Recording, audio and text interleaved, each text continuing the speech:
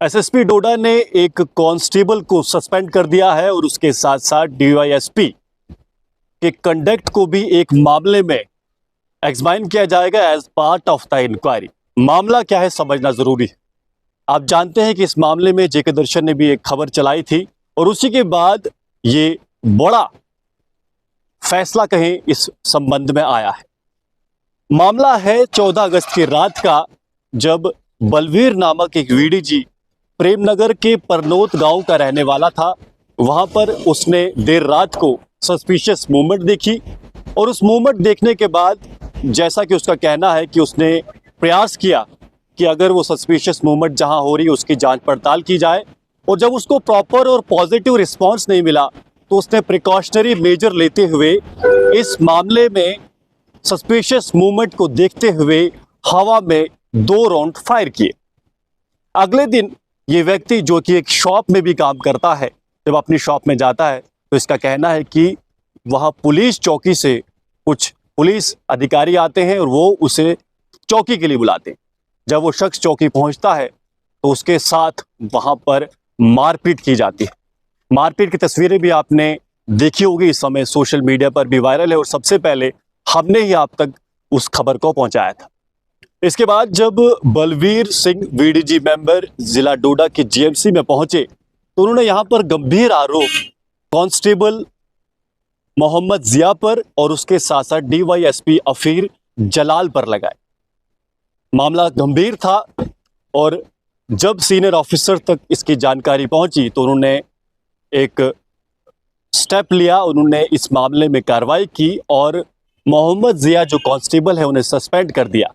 साथ में डीवाईएसपी अफीर जलाल पर उनके इस सारे मामले में उनके कंडक्ट को एग्जामिन किया जाएगा as part of the inquiry, जो कि खुद पुलिस के ऑफिशियल हैंडल से ऐसी जानकारी दी गई है। हालांकि इस संबंध में प्रेमनगर इलाके में जहां ये व्यक्ति काम करता था, आज कुछ स्ट्राइक जैसी वहां के स्थानीयों द्वारा की जाएगी, ऐसी जानकारी भी हम तक पहुंची थी। वो हुई है या नहीं हुई है उसकी कंफर्मेशन हम नहीं दे सकते, पर मामला बहुत ज्यादा गंभीर है और इस मामले को लेकर वीडीजी मेंबर्स भी बहुत ज्यादा आक्रोशित हैं। आप सब जानते हैं कि वीडीजी मेंबर ही वो लोग हैं जिन्होंने 90 के दशक में सेना और पुलिस के साथ मिलकर आतंकवाद को अपने इस चंद्रभागा क्षेत्र में आतंकवाद को यहां से भगाने में, इस क्षेत्र को आतंकवाद मुक्त करने में बड़ी भूमिका निभाई। आपको ये भी बता दूं कि परनोत गांव में जहां पर ये शख्स एज वीडीजी काम करता था, 1998 से वीडीजी एक्टिव है और ये घटना भी 14 अगस्त की रात्रि की है, इसलिए ये मामला और ज्यादा गंभीर हो जाता है। हालांकि दूसरा पक्ष इसका ये भी है कि आखिर जब सस्पिशियस मूवमेंट बलवीर ने देखी थी तो उसने अन्य जो वीडीजी मेंबर्स से क्या उन तक जानकारी दी थी, या फिर जो चौकी ऑफिसर वहां पर होते हैं क्या उनको जानकारी दी थी, ये अभी तक क्लियर नहीं है। जब हमने बलवीर से बातचीत की तो उन्होंने ये जरूर बताया था कि मैं चौकी ऑफिसर को ये जानकारी नहीं दे पाया था क्योंकि मेरे पास उस समय चौकी ऑफिसर का नंबर नहीं था।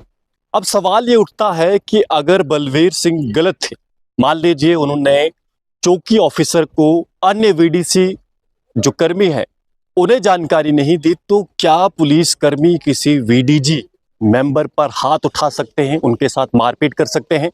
ये बड़ा प्रश्न है, क्योंकि संविधान जितना हमारी जानकारी है किसी भी पुलिस अधिकारी को, किसी भी व्यक्ति को हाथ उठाने का अधिकार नहीं देती है। ये तो वीडीजी मेंबर हैं। इस मामले में कोई आतंकवादी भी होता है तो भारत का संविधान उसे भी इतनी स्वतंत्रता देता है कि उस पर भी हाथ नहीं उठाया जा सकता है, उसे भी मारा या पीटा नहीं जा सकता है। फिलहाल इस मामले में अभी बड़ी कार्रवाई जरूर हुई है। आगे क्या होगा, पुलिस का क्या वर्जन है और परिवार जो ये एक्शन हुआ है पुलिस की तरफ से क्या इससे सहमत है, उसकी जानकारी भी हम आपको अगला जो हमारा अपडेट होगा उसमें जरूर देंगे। आप जुड़ रहे जेके दर्शन के साथ। मैं हूं विक्रम सिंह ठाकुर। धन्यवाद।